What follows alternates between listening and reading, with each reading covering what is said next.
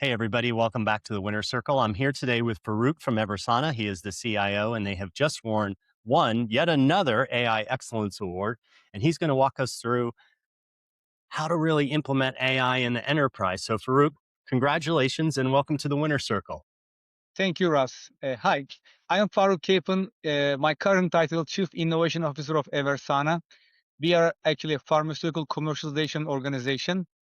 And the project that I'm most proud of it is recently we launched our Eversana AI agency model, which is going to completely change how we work as a company, and many other things that we'll talk about today. But I'm super excited to be here, Russ. Yeah, now you were actually at, I think what everybody agrees is the intersection of technology and healthcare where we think AI is going to produce the most value for us, right? You're talking about our health, you're talking about our lifespan. We actually think AI is going to do the most good there. What initially drew you into this space? Uh, just a quick background. I have 30 plus years in pharmaceutical advertising, marketing, technology. I've seen the internet came through. I've seen social media, mobile. I think AI is probably the most accelerated one in my mind based on my past life. But uh, to me, I could have done a beer commercial. I could have been a famous hangout TV commercials. I decided to do the health, and I really that was my first job, of course, from college. But I really love at the end of the day, we really do good for our patients and doctors. We educate them, we train them. I try not to do those pesky TV commercials for pharma, but other than everything you see online, everywhere else is pretty much our fingerprints are all over it.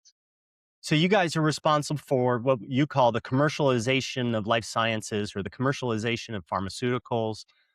What makes that so difficult for you guys, and how is AI helping you solve those kind of challenges? Sure. As you see, healthcare, pharmaceutical, the first thing comes to my mind, do no harm, and also like compliance. Finance and companies like us, we have to be very careful what we say, how we say it. And what brings compliance is unfortunately a slow progress of trying to make something, a campaign or a marketing happen. And our agency version of our Eversana commercialization, we focus on basically building campaigns, educational materials, websites, everything for the clients. But these things, as this current form, takes forever. When I say forever, it takes months to create an idea and bring to the reality, bring to the patient. I'll give you a very quick one. My first job was at a pharma company. I built the first patient portal, and I used to get questions from the patients. I give them to our doctors that they are authorized to answer those, and I put them back on the website. That process takes 3 to 4 months. And I always go back to management that our patients will die by the time I finish with this answering those Q&A. So I started to bypass the project process and try to publish the answers first, but I almost got fired because I will tell any employee in pharma advertising, don't ever do that. What I did at that time, you have to go to compliance and process, make sure what you're putting out there into public is authorized and accepted by the FDA and others. So the net, the speed of the AI right now really got me excited further than anything else. But we have to think differently. We just cannot just take AI and give it to our employees and hope that we'll change the world or become 10x company. That's not the case. No, I mean, that's really kind of personal productivity gains, and you can get so much out of that. But you really need to kind of look at the business, and I'm finding that in my own business and in other people's businesses. I'm hearing is it seems like everybody's kind of taking a pause and saying, let's step back, look at the business process. Where do I have problems in that business process? And then go start to attack those. And it's not just using Chat GPT or anything like that. You guys are really doing this commercialization, and it's drug development, market access, patient support. Where are you seeing the greatest need for AI's implementation in that kind of whole flow? I think when the AI hype came up, the first thing agencies, marketing was the all first natural, right? All of us think that AI can create content, absolutely correct. AI can create images, videos. Uh, and so our group was the first one to go to say, and I told our team members that we're going to have to eat our own lunch first, and then so we can eat others' dinner later. Meaning that we know the fact that when we do this AI, we have to look at our cost structure, speed, and quality and everything that clients expecting us to be charging less. And current pharma agency model is really billable hours. So I'm talking about to tell my team they're going to have less hours to build a client. They're going to be much efficient. And to do that, we had to make a big decision. Try to sort of boiling the ocean inside the company. It was very difficult. It's a 5,000 plus people organization. It's not a small one. We decided to go with a really startup mode where we put a team together to say, rethink everything you do from scratch. Don't just, like you said, productivity gains of doing faster. Think about a new model, completely new model, new workflow.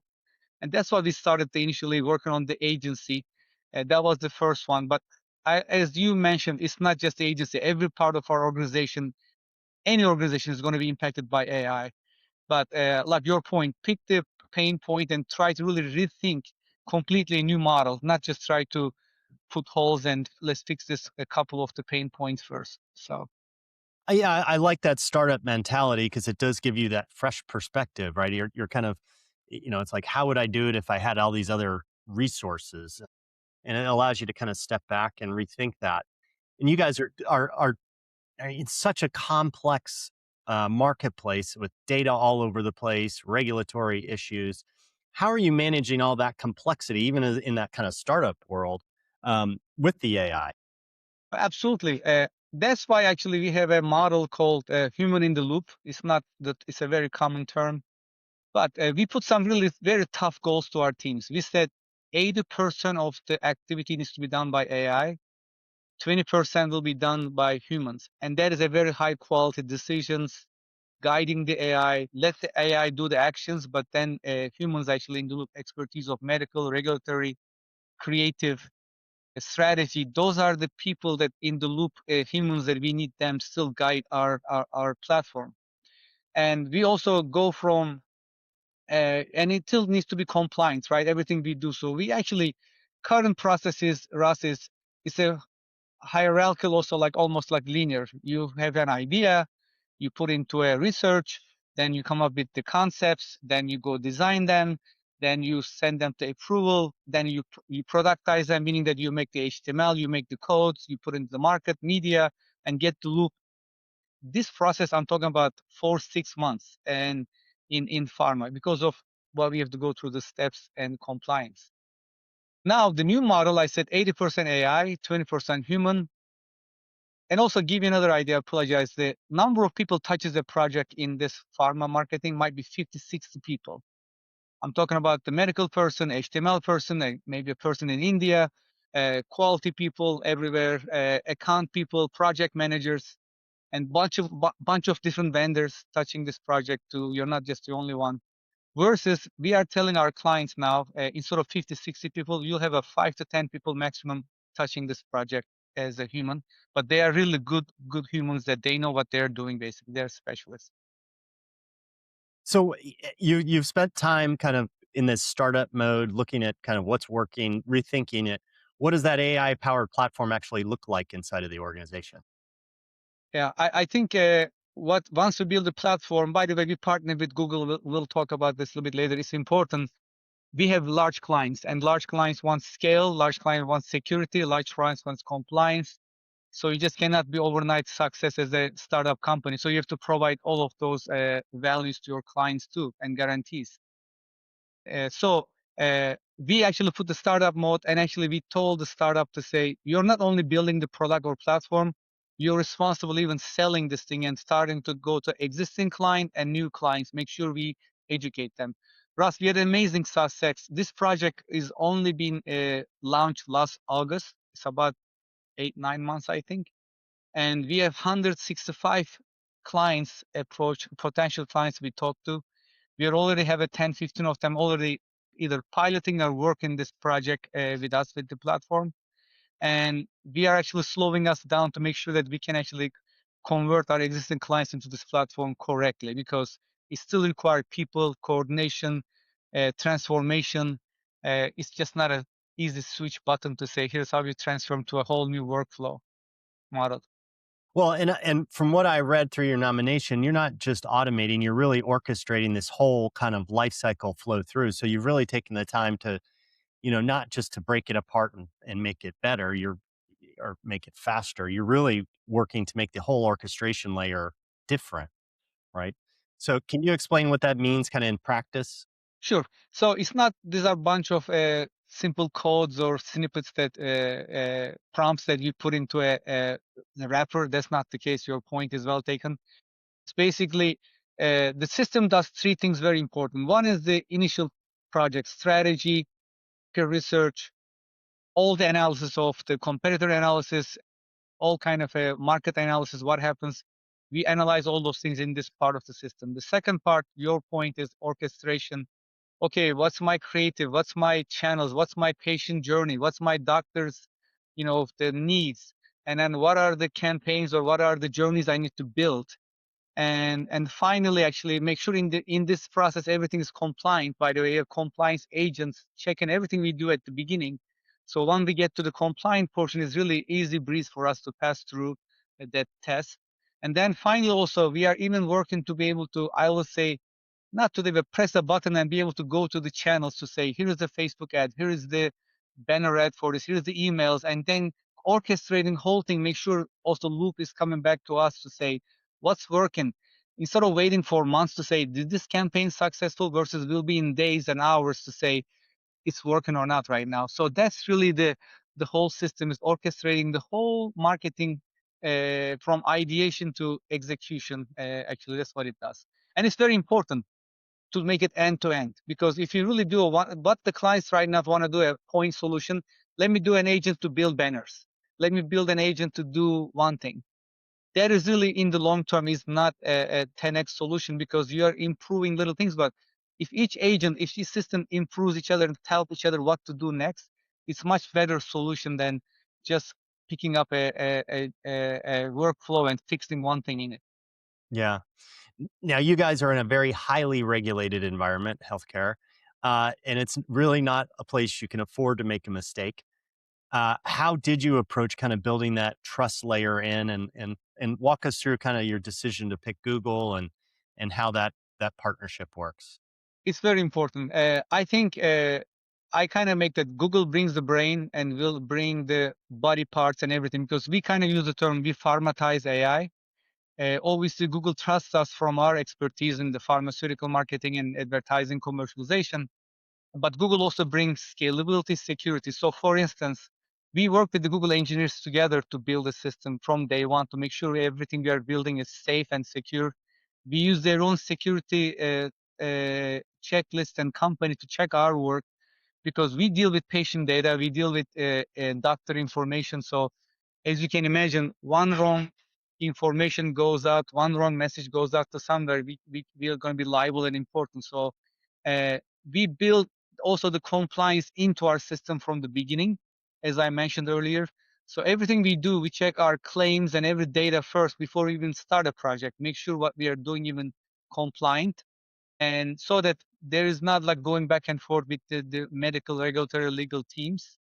We work with their IT teams also, with Google, make sure that we set the platform is a multi-tenant platform. Everything that is going to be, for instance, we don't train the client data at all with our own LLM or system. Everything is confined to that client needs and their data together. They only improve their own data.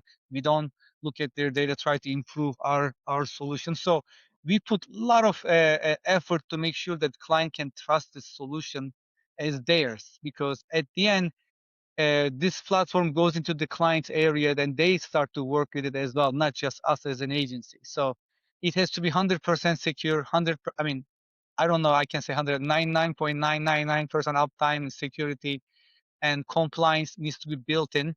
That's the way it makes pharma marketing difficult, as well as a good challenge for us to solve. And I know explainability is now a term that we're all into our AI systems. How did you guys, figure out what role explainability has in your AI engine? If I'm understanding, like, this is not a black box to client to say you press and put a document and it comes up the solution. Actually, our platform actually, we actually have a very easy way to start the process to say to the client which data, which content, which things do you trust in that is correct. So make sure we don't inundate our system with bunch of data just for the sake of it. And then we also explain our how decision process works, and actually each client can customize. So it's not a black box. Actually, they can see as much as transparency we can provide. What's our system prompt? What's the system does it orchestration? How it does? We explain to clients, and they can all adapt to their level of comfort, their level of working. An oncology drug might be very different than a weight loss drug, right? I mean, the way we talk, we make decisions. So we can put extra security layers, extra decision process, but the clients are, it's not a black box. They are really owning the logic actually in our platform themselves, not just us only behind the scenes.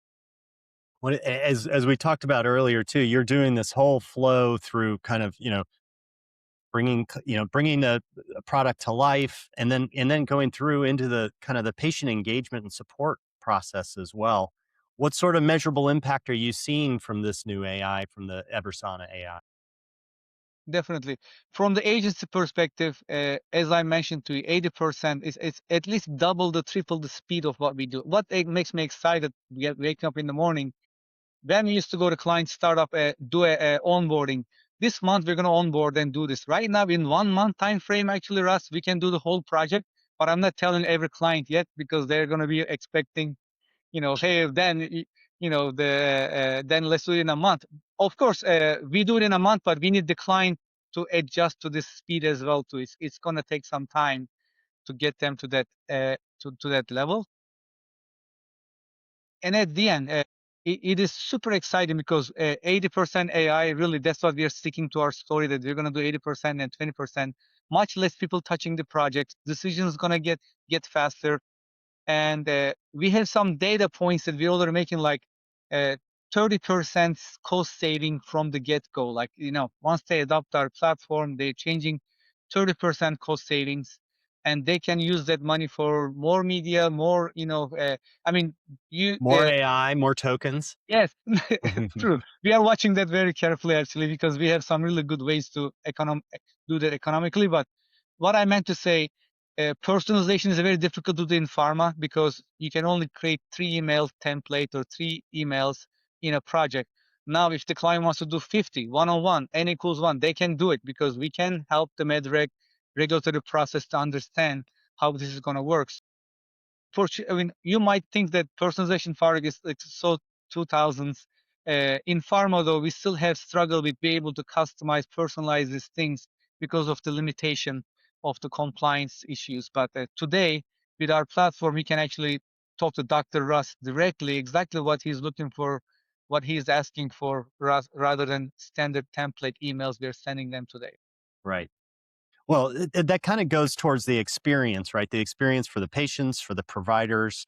What is some of that initial feedback that you're getting on that experience? Absolutely. Like, a year ago when I first started to talk about I can have a lookalike doctors, meaning that we have key opinion leaders. We call them like expert doctors. We kind of hire them to talk about, educate the society and patients and doctors, speak in conferences. We said we're going to do an AI version of this doctors, and they said absolutely not. Nobody's going to ever believe you. Nobody's going to ever watch these videos. We come back and ask this key opinion leaders that would you like to have this technology where you don't have to travel for each video shoot, you don't have to go and fix every time, but you'll be in control of your lookalike, and then we'll give you what needs to be said, and you agree or not, you can make a changes, and then will be available video in this format, in this area, in this conference. And 89, 90% of the doctors were all in. Like, I love this. If I have to travel, if I don't have to do this, I'll do it for you. And also, we thought that patients, oh, they're not going to really like an AI doctor, that's trustworthy. But again, it's a high percentage of patients are, as long as the content is really good and detailed, they're willing to listen and adapt to these new ways. Uh, I believe that, again, a year ago, maybe the video wasn't as quality as today, but I promise you, since then, video is in an amazing way that we can make it reliable. Uh, but I want to say one more thing, that I still believe the human touch. I still believe that a human doctor, human to human conversations in our business, in our life. But we can do a lot of things automate for our patients and doctors.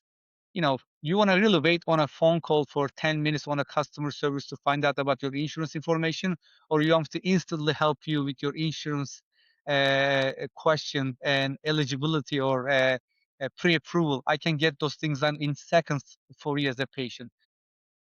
Yes, there are maybe some older patients might say, I still want to talk to a human being, but I can help them in doctors' offices so many new things with our technology platform. It is very exciting, Russ. I know I'm kind of spraying all over it, but No, I think it's so interesting because it's like as you mentioned, we're going to have this human element. I hope for some time. you, But there are definitely wins where AI can come in immediately and really provide patients information, provide them guidance, very customized, very personalized to your point.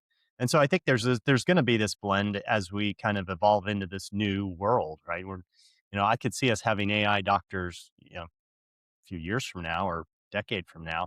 But there's so much trust that's got to be built with humanity, correct. that there's definitely big short wins that we can get. But I think long term, I like your approach of that 80/20 kind of approach. So you guys are moving kind of from this experimentation startup world and really putting this into the core of your operations. What are you finding, that's kind of surprising you as you move into that kind of operational mode? Oh, definitely. And Chief Innovation Officer title is kind of a little bit fluffy in general. As you remember, you have a bunch of ideas. Most of them will ever make to see the real world. I'm very lucky because our CEO, our management, they're all believe in this model. They're committed to it, even though, as I mentioned, we might lose revenue. Potentially, we might run into some interesting areas, but they're all willing to take the risk and say this is the right thing to do. I think that's very important for audiences out there to learn. You have to get a full support, and also uh, our management. We discuss. Don't look at this as just we're going to cut number of people. This is going to be all about jobs. That's not the case. The truth is, yes, we're going to need less people going forward. But the thing is, we still need the amazing people in our organization. So let's go be the first ones and get new business and actually keep our company growing. But definitely correct, not 50 people, maybe 10, 15 people we need totally for a project. But let's train our people also in the meantime so that they can also really be marketable and for their own sakes as well. So the things that I learned that is new clients are much easier to convince than existing clients, which is oxymoron to a degree because you expect your clients to really believe you. But the good news actually everybody's willing to do, everybody's really trying to do something with AI. Finding those leaders, finding those kind of innovators in the organization is important, but then also helping them to get to the hump. Like, what do I do next? How do I get my organization to try this model? And how do I do it better?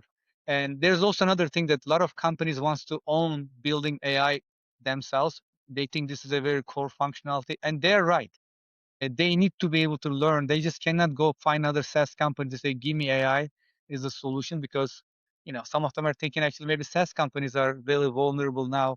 I can build my own SaaS models too, and none of them is 100% correct because I think all of us, if I have to, what I learned from this thing here is this is ever changing so fast. If you're really not playing and adopting or trying these models yourself, you're really going to be very behind because it's just not about people think I can ask ChatGPT or Grok or Claude and I can do it anytime. It's okay. I can catch up with anybody.